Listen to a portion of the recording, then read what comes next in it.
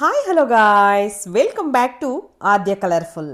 ನಾನು ಸುಮಾ. ಫ್ರೆಂಡ್ಸ್, ಇವತ್ತಿನ ವಿಡಿಯೋದಲ್ಲಿ ತುಂಬನೇ ಈಸಿಯಾಗಿ ಟೇಸ್ಟಿಯಾಗಿ ಮಾಡುವಂಥ ಒಂದು ದಿಢೀರ್ ಚಕ್ಲಿ ರೆಸಿಪಿಯನ್ನು ನಿಮ್ಮ ಜೊತೆ ಶೇರ್ ಮಾಡ್ಕೊಳ್ತಾ ಇದ್ದೀನಿ. 5 ನಿಮಿಷದಲ್ಲಿ ಬಾಯಲ್ಲಿಟ್ಟರೆ ಕರಗುವಂಥ ಗರಿಗರಿಯಾದ ಚಕ್ಲಿನ ಹೀಗೆ ತಯಾರಿಸಿ ಯಾವಾಗಲೂ ಕೂಡ ತಿಂತಾ ಇರ್ಬೋದು. ಅಷ್ಟು ಟೇಸ್ಟಿಯಾಗಿ ಮತ್ತು ತುಂಬ ಬೇಗ ಆಗುವಂಥ ಒಂದು ಚಕ್ಲಿ ರೆಸಿಪಿಯನ್ನು ನಿಮ್ಮ ಜೊತೆ ಶೇರ್ ಮಾಡ್ಕೊಳ್ತಾ ಇದ್ದೀನಿ.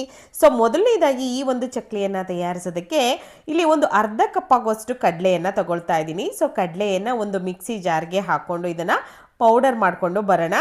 ಸೊ ಫ್ರೆಂಡ್ಸ್, ನೀವ್ಯಾರಾದ್ರೂ ಫಸ್ಟ್ ಟೈಮ್ ನನ್ನ ಚಾನಲ್ಗೆ ವಿಸಿಟ್ ಮಾಡಿದರೆ ಪ್ಲೀಸ್ ನನ್ನ ಚಾನಲ್ನ ಸಬ್ಸ್ಕ್ರೈಬ್ ಮಾಡ್ಕೊಳ್ಳಿ, ಹಾಗೆ ಲೈಕ್ ಮಾಡಿ ಮತ್ತು ಹೆಚ್ಚೆಚ್ಚು ಶೇರ್ ಮಾಡೋದಂತೂ ಮರಿಬೇಡಿ. ಸೊ ಈಗ ಈ ಒಂದು ಕಡಲೆಯನ್ನು ಪೌಡರ್ ಮಾಡ್ಕೊಂಡು ಬಂದಿದ್ದೀನಿ. ಸೊ ಈ ಪೌಡರ್ನ ಒಂದು ಬೌಲಿಗೆ ಹಾಕ್ಕೊಳ್ಳೋಣ.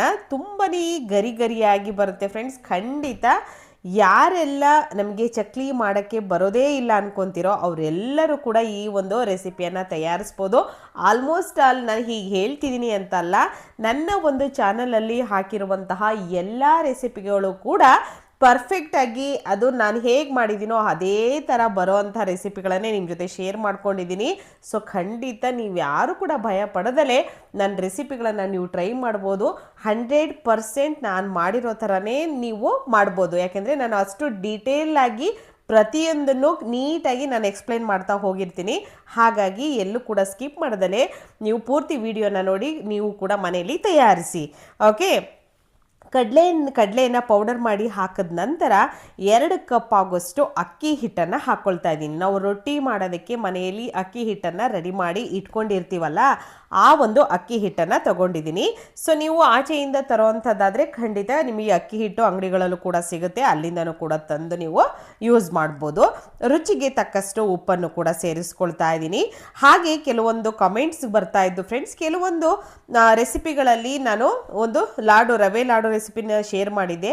ಕೆಲವರು ನಾನು ಅದಕ್ಕೆ ಸಕ್ಕರೆನೇ ಹಾಕದಲೇ ನಾನು ರವೆ ಉಂಡೆಯನ್ನು ಮಾಡಿದ್ದೀನಿ ಅಂತ ಕಮೆಂಟ್ ಮಾಡ್ತಾ ಇದ್ರಿ. ಖಂಡಿತ ವಿಡಿಯೋನ ಅದಕ್ಕೆ ಪೂರ್ತಿಯಾಗಿ ನೋಡಿ. ಫಸ್ಟು ನಾನು ಸಕ್ಕರೆಯನ್ನು ಹಾಕಿರ್ತೀನಿ, ರವೆಯನ್ನು ಹಾಕಿರ್ತೀನಿ. ಹಾಕ್ದಲೇ ಅದು ಮಾಡಿದ್ರೆ ಅದು ರವೆ ಲಾಡು ಆಗುತ್ತಾ? ಸೊ ಖಂಡಿತ ವಿಡಿಯೋನ ಸ್ಕಿಪ್ ಮಾಡ್ದಲೇ ನೋಡಿ, ಪೂರ್ತಿ ನೋಡಿ, ನಿಧಾನಕ್ಕೆ ನೋಡಿ ನಂತರ ನನಗೆ ಕಮೆಂಟನ್ನು ಮಾಡಿ. ಓಕೆ, ಸೊ ಈಗ ಇಲ್ಲಿಗೆ ನಾನು ಖಾರಕ್ಕೆ ಅನುಗುಣವಾಗಿ ಖಾರದ ಪುಡಿಯನ್ನು ಹಾಕ್ಕೊಂಡಿದ್ದೀನಿ. ಒಂದು ಪಿಂಚಷ್ಟು ಅಡಿಗೆ ಅರಿಶಿನ ಹಾಕ್ಕೊಂಡಿದ್ದೀನಿ. ಒಂದು ಅರ್ಧ ಸ್ಪೂನ್ ಆಗುವಷ್ಟು ಜೀರಿಗೆನೂ ಕೂಡ ಹಾಕ್ಕೊಂಡಿದ್ದೀನಿ. 1/4 ಸ್ಪೂನ್ ಆಗುವಷ್ಟು ಅಜ್ವೈನ್ನ ಸೇರಿಸ್ಕೊಳ್ತಾ ಇದ್ದೀನಿ. ಓಕೆ, ಇಷ್ಟನ್ನು ಕೂಡ ಹಾಕಿದ ನಂತರ ನಾವು ಇದಕ್ಕೆ ಬೆಣ್ಣೆಯನ್ನು ಹಾಕ್ಕೊಳ್ಬೇಕಾಗತ್ತೆ. ಸೊ ಇದನ್ನು ಕಾಯಿಸಿ ಹಾಕ್ಕೊಳ್ತಾ ಇಲ್ಲ, ಬೆಣ್ಣೆಯನ್ನು ಹಾಗೆ ಹಾಕ್ಕೊಳ್ತಾ ಇದ್ದೀನಿ. ನೋಡ್ಬೋದು ನೀವು ಕೂಡ. ಬೆಣ್ಣೆ ಇದ್ದರೆ ಉಪಯೋಗಿಸಿ, ಅಥವಾ ಬೆಣ್ಣೆ ಬೇಡ ಅನ್ನೋದಾದರೆ ಅಡುಗೆ ಎಣ್ಣೆಯನ್ನು ಹಾಕ್ಕೊಳ್ತೀವಿ ಅಂದರೆ ಬಿಸಿ ಮಾಡಿ ಕೂಡ ನೀವು ಹಾಕ್ಕೊಳ್ಬೋದು, ಏನು ತೊಂದರೆ ಇಲ್ಲ. ಇವಾಗ ಇದನ್ನು ಚೆನ್ನಾಗಿ ನಾವು ಮಿಕ್ಸ್ ಮಾಡ್ಕೋಬೇಕು. ಹೀಗೆ ಇದನ್ನು ಡ್ರೈ ಮಿಕ್ಸ್ ಮಾಡ್ಕೊಳ್ಳೋಣ, ಏನು ಕೂಡ ಹಾಕ್ಕೊಳ್ಳೋಕ್ಕೆ ಹೋಗೋದು ಬೇಡ. ಓಕೆ, ಸೊ ಈ ರೀತಿಯಾಗಿ ಚೆನ್ನಾಗಿ ಮಿಕ್ಸ್ ಮಾಡ್ಕೊಂಡಿದ್ದೀನಿ. ನಾವು ಕಡಲೆ ಹಿಟ್ಟು ಮತ್ತು ಅಕ್ಕಿ ಹಿಟ್ಟು ಹಾಕಿದ್ದೀವಲ್ಲ, ಮತ್ತು ಈ ಏನು ಖಾರದ ಐಟಮ್ಸ್ ಎಲ್ಲ ಹಾಕಿದ್ದೀವಿ ನೋಡಿ, ನೀಟಾಗಿ ಮಿಕ್ಸ್ ಆಗಬೇಕು. ಆ ರೀತಿಯಾಗಿ ಫಸ್ಟು ಡ್ರೈ ಮಿಕ್ಸ್ ಮಾಡ್ಕೊಳ್ಳೋಣ. ಅದಾದ ನಂತರ ಇದಕ್ಕೆ ಹಿಟ್ಟನ್ನು ಕಲಸೋದಕ್ಕೆ ನಾನು ಬಿಸಿ ನೀರನ್ನು ಉಪಯೋಗಿಸ್ತಾ ಇದ್ದೀನಿ.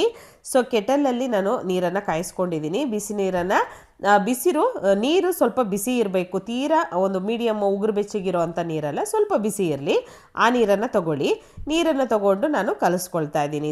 ಸ್ವಲ್ಪನೇ ನೀರನ್ನು ಹಾಕ್ಕೊಳ್ಬೇಕು ಫ್ರೆಂಡ್ಸ್, ಜಾಸ್ತಿ ಹಾಕ್ಕೊಳಕ್ಕೆ ಹೋಗಬೇಡಿ. ಚಕ್ಲಿ ಮಾಡೋದಕ್ಕೆ ನಾವು ಹಿಟ್ಟನ್ನು ಕಲಿಸ್ಕೊಳ್ಳೋದು ತುಂಬಾ ಒಂದು ಇಂಪಾರ್ಟೆಂಟು. ಯಾಕೆಂದರೆ ತೀರಾ ತೆಳ್ಳಗಾದರೂ ಕೂಡ ಚಕ್ಲಿ ನೀಟಾಗಿ ಬರೋದಿಲ್ಲ, ತೀರಾ ಗಟ್ಟಿಯಾದರೂ ಕೂಡ ಚೆನ್ನಾಗಿ ಬರೋದಿಲ್ಲ. ಓಕೆ, ಸೊ ಅದಕ್ಕೋಸ್ಕರ ನೀರನ್ನು ನೀಟಾಗಿ ಹಾಕ್ಕೊಳ್ಬೇಕಾಗತ್ತೆ. ತೀರಾ ತೆಳ್ಳಗಾದರೆ ಹಿಟ್ಟು ಏನಾಗುತ್ತೆ ಅಂದರೆ ಅದರ ಶೇಪು ಕೂಡ ಬರೋದಿಲ್ಲ, ಮತ್ತು ನೀಟಾಗಿ ನಾವು ರೌಂಡಿಗೆ ಹಾಕೋಕ್ಕೂ ಬರೋದಿಲ್ಲ. ಅದನ್ನೇ ನೀವು ಗಟ್ಟಿ ಮಾಡಿದ್ರೆ, ಹಿಟ್ಟು ಗಟ್ಟಿ ಆದರೆ ಏನಾಗುತ್ತೆ, ಚಕ್ಲಿ ಕಟ್ಟಾಗುತ್ತೆ, ಅಲ್ಲಲ್ಲೇ ಕಟ್ಟಾಗ್ತಾ ಇರುತ್ತೆ, ರೌಂಡಾಗಿ ಬರೋದಿಲ್ಲ. ಸೊ ಆವಾಗ ನೀವು ಹಿಟ್ಟನ್ನು ನೋಡ್ಕೊಳ್ಳಿ, ಸ್ವಲ್ಪ ಹೆಚ್ಚು ಕಮ್ಮಿ ನೋಡಿಕೊಂಡು ನೀಟಾಗಿ ಮಾಡ್ಕೊಳ್ಳಿ. ನಾನು ಕಲಿಸಿರೋ ವಿಧಾನದಲ್ಲೇ ಕಲಸಿ, ನಾನು ಎಷ್ಟು ಟೈಟಾಗಿ ಹಿಟ್ಟನ್ನು ಕಲಿಸಿದ್ದೀನಿ ನೀವು ನೋಡ್ಬೋದು. ಇದೇ ರೀತಿ ಕಲಸಿ, ತೀರಾ ಸಾಫ್ಟ್ ಅಂತೂ ಮಾಡ್ಕೊಳ್ಳೋಕೆ ಹೋಗಬೇಡಿ. ಸಾಫ್ಟ್ ಆದರೆ ಚಕ್ಲಿ ಎಣ್ಣೆ ಕೂಡ ಅದು ಹೀರ್ಕೊಳ್ಳುತ್ತೆ. ಸೊ ಅದಕ್ಕೋಸ್ಕರ ಮತ್ತೆ ನೀಟಾಗಿ ಚಕ್ಲಿ ಕೂಡ ಶೇಪ್ ಬರೋದಿಲ್ಲ. ಓಕೆ, ಈಗ ಹಿಟ್ಟನ್ನು ಕಲಿಸ್ಕೊಂಡಿದ್ದಾಗಿದೆ. ಇದನ್ನೇನು ರೆಸ್ಟಿಗೇನು ಇಡೋದು ಬೇಡ. ನೀವು ಡೈರೆಕ್ಟಾಗಿ ಹಿಟ್ಟನ್ನು ಕಲಿಸೋದು, ಡೈರೆಕ್ಟಾಗಿ ಎಣ್ಣೆಗೆ ಬಿಡ್ತಾ ಇರೋದೆ, ಪರ್ಫೆಕ್ಟಾಗಿ ಚಕ್ಲಿ ಬರ್ತಾ ಇರೋದೆ, ನೀವು ತಿಂತಾ ಇರೋದೆ. ಓಕೆ, ಸೊ ಈಗ ನೋಡ್ಬೋದು, ಈಗ ಚಕ್ಲಿ ಒಳಗೆ ಸ್ವಲ್ಪ ಎಣ್ಣೆಯನ್ನು ಹಚ್ಕೊಳ್ತಾ ಇದ್ದೀನಿ, ಯಾಕೆಂದರೆ ಹಿಟ್ಟು ಅಂಟ್ಕೋಬಾರ್ದು ಅನ್ನೋದಕ್ಕೋಸ್ಕರ. ಈಗ ಇದನ್ನು ಫಿಲ್ ಮಾಡ್ಕೊಳ್ಳೋಣ. ಪೂರ್ತಿಯಾಗಿ ಹಾಕಿದ ನಂತರ ಇವಾಗ ಇದರ ಲಿಡ್ಡನ್ನು ಕ್ಲೋಸ್ ಮಾಡಿಕೊಂಡು ನಾವು ಚಕ್ಲಿಯನ್ನು ಮಾಡ್ಕೊಳ್ಳೋಣ. ಸೊ ನಿಮಗೆ ಯಾವ ಚಕ್ಲಿ ಯಾವ ಥರ ಬೇಕು ಅಂತ ನೋಡ್ಕೊಳ್ಳಿ. ಚಿಕ್ಕ ಚಿಕ್ಕದಾಗಿ ಹಾಕ್ಕೋಬೇಕಾ ಅಥವಾ ದೊಡ್ಡದಾಗಿ ಬೇಕಾ ಅಥವಾ ಉದ್ದುದ್ದವಾಗಿ ಚಕ್ಲಿಯನ್ನು ಹಾಕ್ಕೊಳ್ತೀರಾ. ಸೊ ಯಾವ್ದು ಇಷ್ಟ ಆಗುತ್ತೆ ಆ ರೀತಿಯಾಗಿ ನೀವು ಇದನ್ನು ಹಾಕ್ಕೊಳ್ಬೋದು. ಸೊ ಈಗ ನಾನು ರೌಂಡ್ ಚಕ್ಲಿಯನ್ನು ನಿಮಗೆ ತೋರಿಸ್ತಾ ಇರೋದು. ಸೊ ಈ ರೀತಿಯಾಗಿ ಹಾಕ್ಕೊಳ್ಳೋಣ. ಆರಾಮಾಗಿ ಹಾಕ್ಕೊಳ್ಳಿ, ಏನು ತೊಂದರೆ ಇಲ್ಲ. ಚಿಕ್ಕ ಚಿಕ್ಕದಾಗಿ ನೀವು ರೆಡಿ ಮಾಡ್ಕೋಬೋದು ಬೇಕು ಅಂತಂದರೆ, ಅಥವಾ ಸ್ವಲ್ಪ ಅಗಲವಾಗಿ ಮಾಡ್ಕೊಳ್ತೀವಿ ಅನ್ನೋದಾದರೆ ಒಂದು 3-4 ಅಥವಾ 5 ಲೇಯರನ್ನು ನೀವು ಮಾಡ್ಕೋಬೋದು. ಸೊ ಈ ರೀತಿಯಾಗಿ ರೌಂಡಾಗಿ ನೀಟಾಗಿ ನೀವು ಚಕ್ಲಿಯನ್ನು ಹಾಕ್ಕೊಳ್ಬೋದು. ನೋಡಿದ್ರಲ್ಲ, ಈ ರೀತಿಯಾಗಿ ರೆಡಿ ಮಾಡಿಕೊಂಡು, ಸೊ ಇವಾಗ ಆಗಿದೆ. ಇದು ಒಂದನ್ನು ರೆಡಿ ಮಾಡ್ಕೊಂಡಿದ್ದೀನಿ. ಇದನ್ನು ಒಂದು ಸೈಡು ತೆಗೆದಿಟ್ಕೊಳ್ಳೋಣ. ಓಕೆ, ಮತ್ತು ಇನ್ನೊಂದು ಚಕ್ಲಿಯನ್ನು ಹಾಕ್ಕೊಳ್ಳೋಣ. ಇದೇ ರೀತಿಯಾಗಿ ನಾನು ತಟ್ಟೆಯಲ್ಲಿ ಚಕ್ಲಿಯನ್ನು ರೆಡಿ ಮಾಡಿ ಇಟ್ಕೊಂಡಿದ್ದೀನಿ. ಸೊ ಹೀಗೆ ರೆಡಿ ಮಾಡಿ ಇಟ್ಟ ನಂತರ ಇವಾಗ ಎಣ್ಣೆ ಕಾಯೋದಕ್ಕೆ ಆಲ್ರೆಡಿ ಇಟ್ಟಿದ್ದೀನಿ. ಎಣ್ಣೆ ಮೀಡಿಯಮಾಗಿ ಕಾದ ಮೇಲೆ ನಾವು ಚಕ್ಲಿಯನ್ನು ಹಾಕ್ಕೊಳ್ಳೋಣ. ಚಕ್ಲಿಯನ್ನು ಹಾಕಿ ನಾವು ಎರಡೂ ಕಡೆ ಕೂಡ ಕಲರ್ ಚೇಂಜ್ ಆಗಬೇಕು, ಕ್ರಿಸ್ಪಿಯಾಗಿ ಆಗಬೇಕು ಮೇಯ್ನು ಚಕ್ಲಿ. ಅದಕ್ಕೋಸ್ಕರ ಏನು ಮಾಡಬೇಕು ಅಂದರೆ ಸ್ಟವ್ನ ಲೋ ಫ್ಲೇಮಲ್ಲೇ ಇಟ್ಕೋಬೇಕು, ಹೈ ಫ್ಲೇಮ್ ಮಾಡಬಾರ್ದು. ಲೋ ಫ್ಲೇಮಲ್ಲಿದ್ದರೆ ಚಕ್ಲಿ ಒಳಗಡೆಯಿಂದ ಕ್ರಿಸ್ಪಿಯಾಗಿ ಬರುತ್ತೆ. ಸೊ ಕಲರು ಕೂಡ ಚೆನ್ನಾಗಿ ಬರುತ್ತೆ.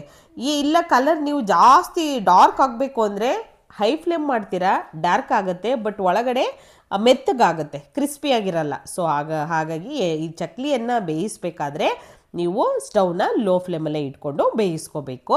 ಸೊ ಈಗ ಒಂದು ಸೈಡ್ ಆಗಿದೆ, ಇದನ್ನು ಮತ್ತೆ ಟರ್ನ್ ಮಾಡಿ ಎರಡೂ ಸೈಡ್ ಕೂಡ ನಮಗೆ ಗೋಲ್ಡನ್ ಕಲರ್ ಬರಬೇಕು, ಅಲ್ಲಿವರೆಗೂ ಇದನ್ನು ನಾವು ಫ್ರೈ ಮಾಡ್ಕೋಬೇಕಾಗುತ್ತೆ. ಸೊ ಈಗ ಈ ಎಣ್ಣೆಯಲ್ಲಿರೋಂಥ ಬಬಲ್ಸ್ ಎಲ್ಲ ಕಮ್ಮಿ ಆಗಿದೆ. ಸೊ ಎರಡೂ ಸೈಡ್ ಕೂಡ ಚಕ್ಲಿ ಚೆನ್ನಾಗಿ ಬೆಂದಿದೆ ಫ್ರೆಂಡ್ಸ್. ಓಕೆ, ಸೊ ಎಣ್ಣೆಯಲ್ಲಿ ನೋಡ್ರಿ, ಈಗ ಈ ಏನೋ ಎಣ್ಣೆಯಲ್ಲಿ ಚಿಕ್ಕ ಚಿಕ್ಕ ಬಬಲ್ಸ್ ಬರ್ತಾ ಇರುತ್ತಲ್ವ, ಸೊ ಅದೆಲ್ಲ ಕೂಡ ಕ್ಲಿಯರಾಗಿ ನೀವೀಗ ಚೆನ್ನಾಗಿ ಬೆಂದಿದೆ ಅಂತ ನಮಗೆ ಗೊತ್ತಾಗ್ತಿದೆ. ನೋಡಿದ್ರೇ ಗರಿ ಗರಿಯಾಗಿದೆ ಅಂತ ಗೊತ್ತಾಗ್ತಿದೆ ಅಲ್ವಾ. ಈ ರೀತಿಯಾಗಿ ಇದ್ದಾಗ ಚಕ್ಲಿಯನ್ನು ತೆಗೆದು ಒಂದು ಟಿಶ್ಯೂ ಮೇಲೆ ತೆಗೆದಿಟ್ಕೊಳ್ಳಿ.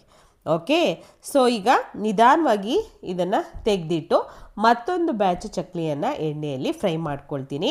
ಹೀಗೆ ನಿಮಗೆ ಚಕ್ಲಿ ತಿನ್ನಬೇಕು ಅನ್ನಿಸ್ದಾಗಲೆಲ್ಲ ನೀವು ಕೇವಲ 5 ನಿಮಿಷದಲ್ಲಿ ಬಾಯಲ್ಲಿಟ್ಟರೆ ಕರಗುವಂಥ ಗರಿ ಗರಿಯಾದ ಚಕ್ಲಿಯನ್ನು ದಿಢೀರಾಗಿ ತಯಾರಿಸುವಂಥ ವಿಧಾನವನ್ನು ತಿಳಿಸ್ಕೊಟ್ಟಿದ್ದೀನಿ. ತುಂಬಾ ಈಸಿಯಾಗಿ ಸಿಂಪಲ್ಲಾಗಿ ಮಾಡ್ಕೊಳ್ಳುವಂಥ ಒಂದು ಚಕ್ಲಿ ರೆಸಿಪಿ. ಸೊ ಖಂಡಿತ ನೀವು ಕೂಡ ಮನೆಯಲ್ಲಿ ತಯಾರಿಸಿ ಹೇಗೆ ಬಂತು ಅಂತ ತಪ್ಪದೆ ಕಾಮೆಂಟ್ ಸೆಕ್ಷನಲ್ಲಿ ತಿಳಿಸೋದಂತೂ ಮರಿಬೇಡಿ. ಇವತ್ತಿನ ವಿಡಿಯೋ ಸ್ವಲ್ಪನಾದರೂ ಇನ್ಫಾರ್ಮೇಟಿವ್ ಅನಿಸಿದರೆ ಚಾನಲ್ನ ಸಬ್ಸ್ಕ್ರೈಬ್ ಮಾಡ್ಕೊಳ್ಳಿ, ಲೈಕ್ ಮಾಡಿ, ಹೆಚ್ಚೆಚ್ಚು ಶೇರ್ ಮಾಡಿ. ಇವತ್ತಿನ ವಿಡಿಯೋನ ಇಲ್ಲಿ ಮುಗಿಸ್ತಾ ಇದ್ದೀನಿ. ಬಾಯ್, ಸಿ ಯು.